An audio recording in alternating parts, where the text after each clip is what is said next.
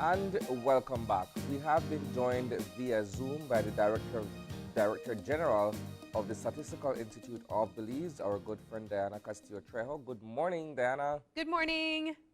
Hi, good morning. We're here this morning to talk about resignation. Now, I'll be honest in saying this up front.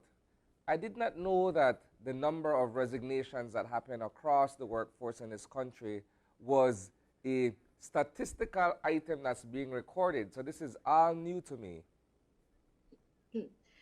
Yes, so we collect a little bit of information on resignations because for persons who are not working, we do ask them, or persons who are not working and who were previously employed, we do ask them the reason why they left their previous job, and resignation is one of the options.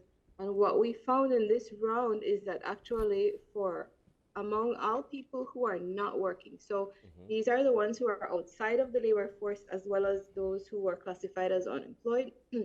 Of all those persons, if they held a job previously, the most common reason why they are no longer at that job is resignation. About three-quarters of all those persons reported that they had left because they resigned of their own free will.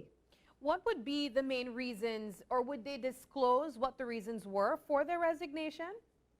Not the reasons for their resignation, but we know the reasons why, for example, persons who are no longer participating in the labor force, they're not available to work or they're just not looking for a job.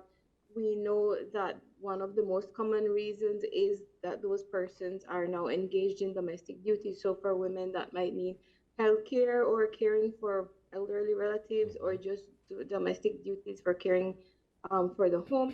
And then among males, the most common reason would be that they are doing school or training. So you could put those pieces of information together and get some picture of what's happening in terms of turnover and persons who are leaving their jobs. But we don't directly ask them why they resigned.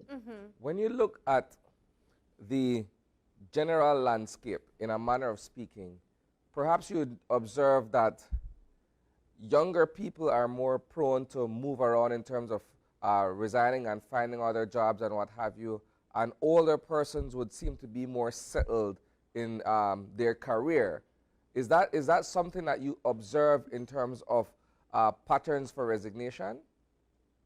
Um, I think that would be the most likely scenario. I don't have the information on the breakdown by age for resignations. Um, However, I think that that's reasonable to assume because once a person has been established in their employment for a long time, it's less likely that they are going to leave. And something else, to note is that persons who um, are not working, who are now, well, those who are classified now as unemployed, even though majority of them who have left their previous job might have done so because they resigned on their own, Yeah. they still face some challenges in terms of getting new employment, at least those who are classified as unemployed, because we have a large amount, more than half, who would be unemployed for 6 months or more, 12 months or more.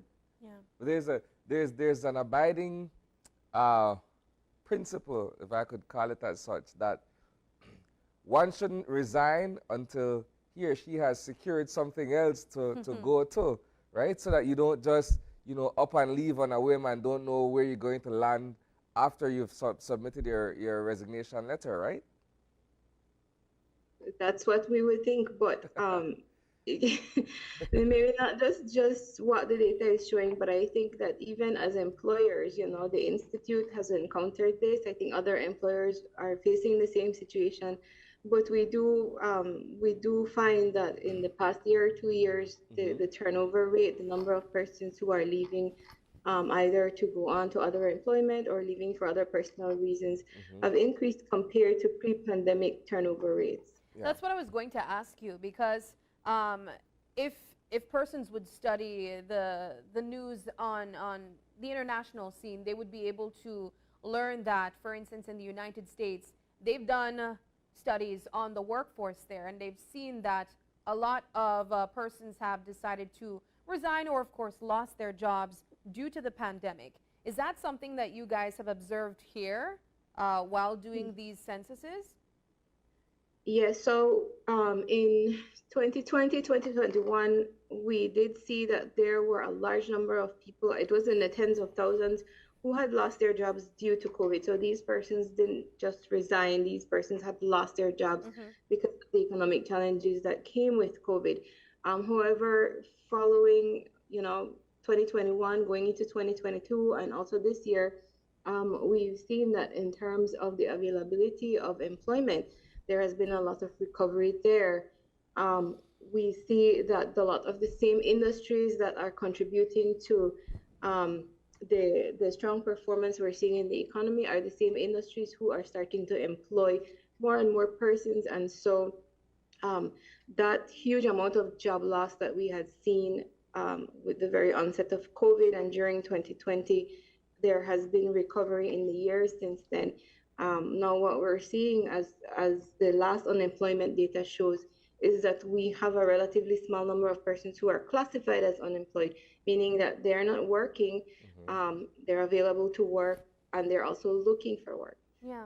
We still have over 100,000 persons who are just not working at all and they're not in the labor force. But just by the criteria that's used, it's a relatively small number that is available and also looking for work. Is there a particular sector or industry where Yeah. you've observed mass turnover or resignations?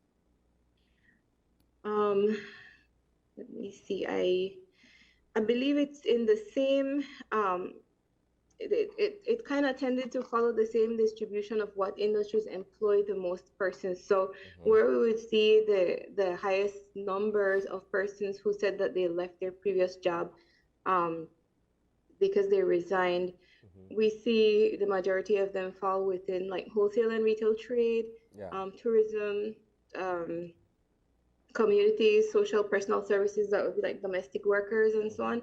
So I'm not really seeing right now, and maybe we need to take a closer look at the data, but right now we're not really seeing that any one particular industry is standing out as one that we can target where people are or resignations are concentrated in that industry. It just seems that persons are resigning across the board, across the industries. Um, and perhaps that has to do with, the for some persons there's a bit of an ease in finding new employment, Mm-hmm.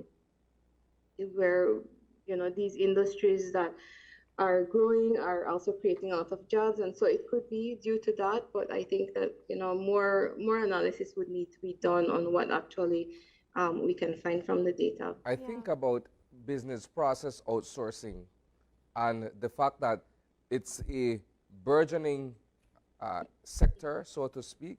But a lot of young people are employed in the various BPOs and what have you. Is it that I would also want to think that for some young people, they look at employment at a call center or at a BPO service as perhaps a stepping stone or a way station for them to move on to something else later on in their lives. Is this something that you guys would observe as well in terms of the number of resignations in that particular area of work? I don't have the very detailed breakdown Mm-hmm. of by occupation on me, but again, like I said, the resignations we seem to it seems to be concentrated or distributed the same way jobs are distributed. So a lot of our employment is in the tertiary sector where the Mm-hmm. BPO sector would fall, and we saw a lot of resignations coming out of industries in that sector. Yes, it is true. I think we know that that particular industry does also suffer from a high rate of turnover. Mm-hmm. They employ a lot of people who are just out of school, and Yeah. persons stay there for a little while and then they move on. Mm-hmm. And even us as employers, when we were recruiting for the census, one of our biggest competition in terms of being in the market for that same pool of potential employees were the call centers, and Mm-hmm. we had a lot of challenges wherever there's a concentration of call centers. Those are the areas that we had the most challenges in recruiting persons for Yeah. the census. So it's definitely that is one of the industries that is contributing to the dynamics here in the What labor market. Yeah. One thing we also observed during the pandemic was the rise of small businesses and entrepreneurs. Is it fair to say that perhaps some of those resignations was due to persons transitioning into being entrepreneurs instead?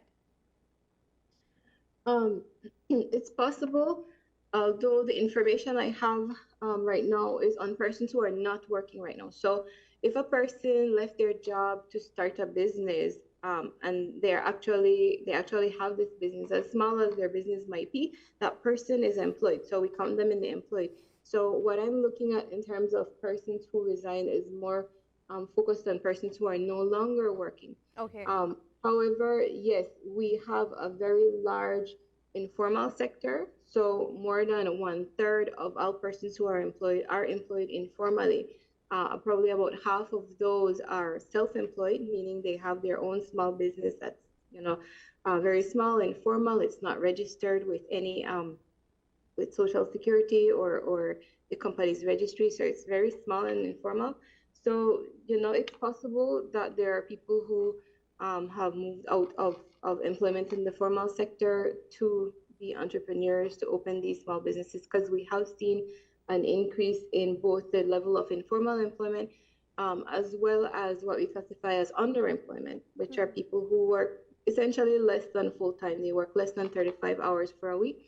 And we saw a large increase in the number of persons who work less than that full-time schedule. A lot of that could be in the informal sector. You know, Miss Diana, one thing I think that we've also been observing is that a lot of persons are migrating out of the country. We can call it brain drain, we can call it seeking for better opportunities. Is there, or is that something that you guys have also observed while doing these censuses, where persons are saying, hey, I'm resigning because I want a better life somewhere else? That's not one of the pieces of information we collect. So for the labor force survey, we don't collect data on migration. However, we're right now winding down with the processing of our census data, and that data does have a whole section on migration. So why persons migrate to Belize, why they leave and migrate to other countries. So we'll be able to maybe answer some more questions with respect to why people are leaving the country and the extent to which people are leaving the country. But at least for the persons who migrate in, what we've seen from previous data is that, of course, the most common reason for migrating to the country is to seek employment. And so it's reasonable to assume that persons who are migrating out are also probably seeking better employment opportunities. You've said earlier that there are roughly 100,000 persons who are unemployed, they're out of a job or what have you. Can you speak to us on the impact of mass resignations, terminations, and unemployment on the labor force? Okay, so the number of persons who are not working, they're not active in the labor force, or they're classified as unemployed, is somewhere around 130,000 persons. That's about 40% of everyone of working age who's not working. Now, not everyone is just, a discouraged worker who stopped looking for work. We have a number who are retired. It's almost 1/5 of persons who are just not in the labor force who are retired. You have others, as I said, who are not available because they're engaged in domestic duties, and then you have those who are going to school. And then there's some transitional unemployment for persons who have just come out of school and haven't quite started looking for work yet, and so on. So it's composed of a whole range of people. However, anyone who is not working, of course, would need to be financially supported in some way. So for persons who are not working, whether they're classified as unemployed or they're just not active in the labor force, we do ask them what their main source of financial support is. Most persons, they gave the response as either themselves, meaning that they had some kind of savings. Now, if they say themselves and then they give some answer to indicate that they are doing some small business or some informal work, even if they don't consider themselves employed, we would move those persons to being categorized as employed. But um, most of the persons reported that if they're not working, they're supported by some personal source of funds or by a family member. For persons who are younger, 14 to 24, specific, they are dependent on their parents. And then for persons who are older than that, it would be other family members. So yes, everyone who is not working, creates some dependency on someone else who is working or who does have a form of income. Well, Ms. Diana, while we spend a lot of time focusing on collecting data on unemployment and, of course, employment rates, this is, I believe personally, a fresher conversation on resignation. Um, why would you say that it's important for us to also collect this type of data? I think the information is valuable for for us as employers, right?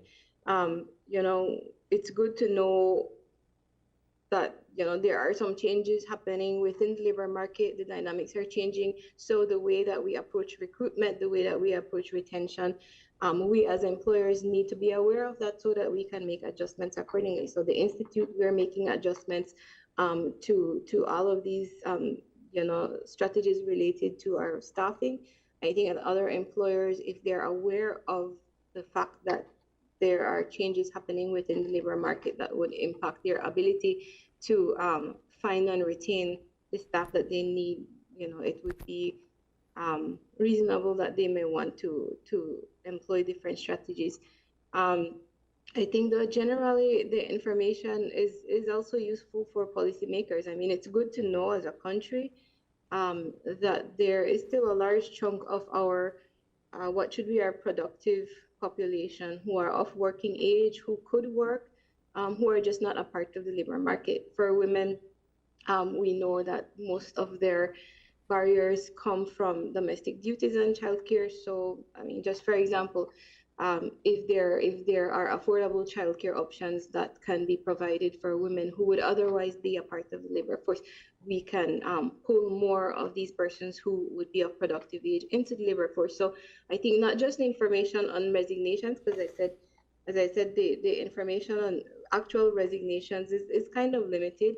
But we could do some more analysis on it. But just generally, in terms of the broad picture of what's happening within the labor market, and even of those persons who fall outside of the labor market, is valuable information for employers, for policymakers, just generally for us as a country.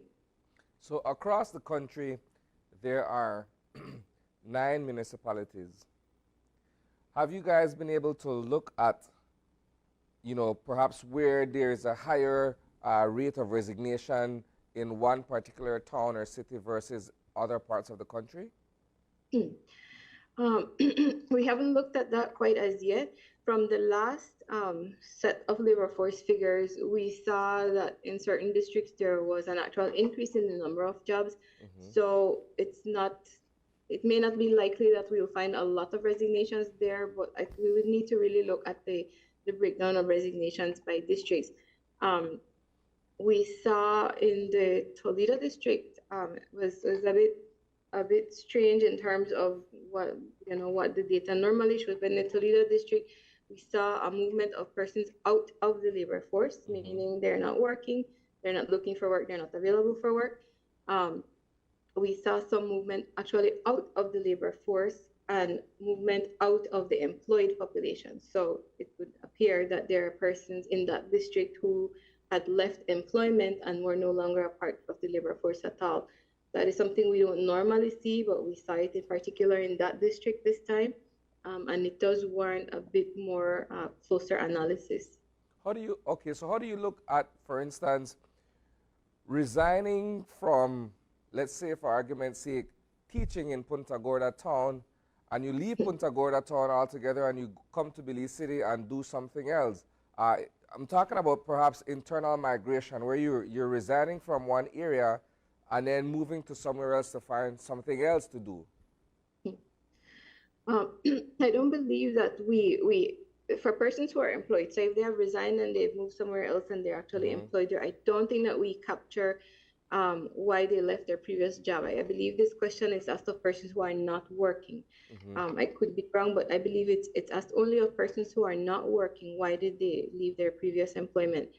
Um, so we would only be able to infer that kind of movement based on um, the broad picture that we get from the data. So if within one district, for example, we see an exiting of persons from the labor force, Mm-hmm. um, and perhaps a neighboring district shows an increase more than what we expected in the labor force, then we can make some inferences. We can guess that there are persons who may be migrating from one district to another to Yeah. look for employment. But labor force data doesn't ask that directly. That's something that we would get more from the census, because we do go in some details, not Mm-hmm. just in terms of migration in and out of the country, but within the country as well. Were you guys able to observe if there were more females than males resigning from their jobs? Yes, I believe so, and that might just be because we have more females who are not working than males who are not working. So among the persons classified as unemployed, um, women are overrepresented. You know, within the general population, males and females are about half half. Mm-hmm. Within the persons who are classified as unemployed, they're overrepresented, represented, meaning they make up more than half. And the same thing is true of persons who are outside of the labor force and not working. So we saw more women, but that could just be because more women make up the population of people who are not working. So this falls perhaps within the scope of the labor force survey, correct? What is the correlation, if so, with the census information that we're collecting? Well, the census goes much more in detail. So the labor Mm-hmm. force survey, um, it focuses on the economic activity of persons, but the main difference between the labor force survey and the census is that the LFS is done on a sample of households. So Okay. we have 3,000 randomly selected households, and then based on that, we make estimates for the entire country, the entire population. Mm-hmm. The census now is data collected on every single person, so we can do much more detailed analysis. We do also collect information on the economic activity that they're engaged in. So that same section from the LFS where we ask about their employment and previous employment activities, that's also in the census. But we also have the added information of migration, which you can link that with persons' economic activity and their reasons for migrating. So the census goes much more in depth, and it also, because it is collected on every single household and every single person, we can do much deeper analysis. With the LFS, we wouldn't go any more detailed than, say, the district or the urban rural level, because it's just a sample of households. But with a census, we can go right down to the city or the town or the village level, or even communities or areas within a municipality, and look in more detail at their data. So there's a lot more that you can get out of the census than from a sample survey. Let's go back a bit, Diana. You mentioned earlier that this information can be used to guide policies. How does that work? I mean, when we look at perhaps the number of persons who have left their jobs for whatever reason, similarly as we look at the dropout rate for students who are enrolled in school, how do we use this information to be able to create policies and to guide the process of policy making? Okay, so I think exactly how the information is used by policymakers is probably a question that's better put to persons working in those ministries and Okay. government departments. However, the information is, as I said, um, it's valuable information. It gives a very good broad overview, Mm-hmm. and to some extent a bit more details in terms of what's happening in the labor market. So it's good to know whether or not our productive, or what should be our productive population, is actually engaged in economic activity. It's good to know why people are not participating in the labor force, because if some of those barriers can be removed through policies or programs, then that's good information to have. Um, it's good to know, if persons are not participating because they are in school, then that tells us that within a few years' time we will have these number of persons who are, maybe more highly trained than the general pool of the labor force, who will be entering the labor force, who can also contribute in different ways to economic activity. So the information is there. We do provide as much information as we can through our parent ministry to the government as policymakers. And I think that how exactly it's used, or that would be a question better put to someone working within one of those departments. Now, you mentioned that there is 130,000 persons that have resigned from their jobs, which amounts to about 40% of uh, persons that could be in the workforce. Is that number alarming to you, or should we be concerned about that? Well, we should be concerned to the extent that it indicates that participation in the labor force has dropped since prior to the pandemic. So before 2020, participation was somewhere around um, over 60%. We saw that drop significantly with, the losses in jobs, and persons who just exited the labor force during the pandemic. It went down into the 50s, and we still haven't reached back to the point where participation is in the 60s. So that tells us that there is still at least that potential pool of persons who could perhaps easily transition into the labor force, who could be brought in, if whatever barriers there are to them actually looking for employment and putting themselves back in the labor market can be addressed. But the number of persons who, they're part of what we call the potential labor force, meaning they could work.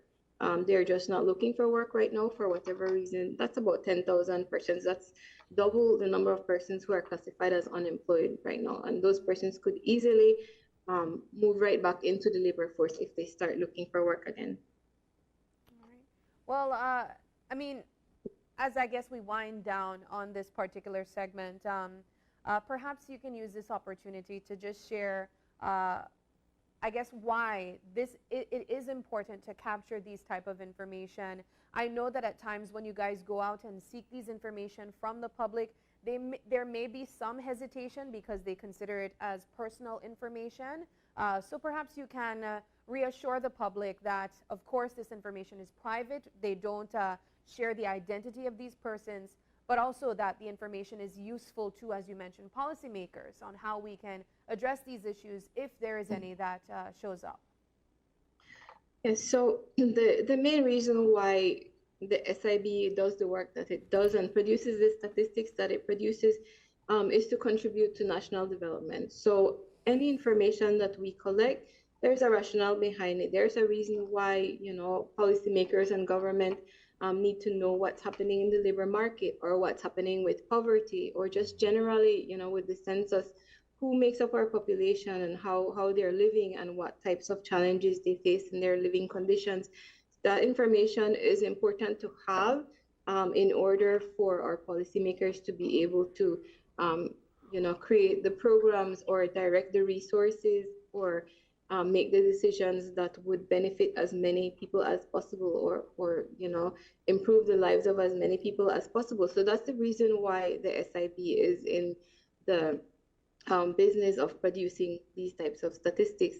When it comes to the data that we collect, as you said, everything is strictly confidential. So when we publish information, or when we share information with a government department, for example, it's just, summarized tables. There's no personal information that's in there.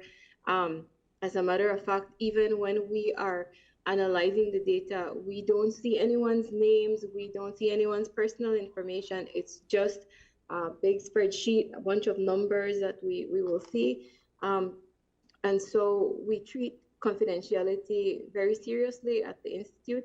And we've been fortunate, and I would like to thank our respondents from this last LFS, from the census, for their participation and their cooperation, because the information that we can produce is only as good as the information that we get from the household. So we want to encourage households to continue participating, and they can rest assured that any information that they shared with us, even if there is something that they consider to be sensitive, are all treated with the strictest of confidentiality and privacy provisions.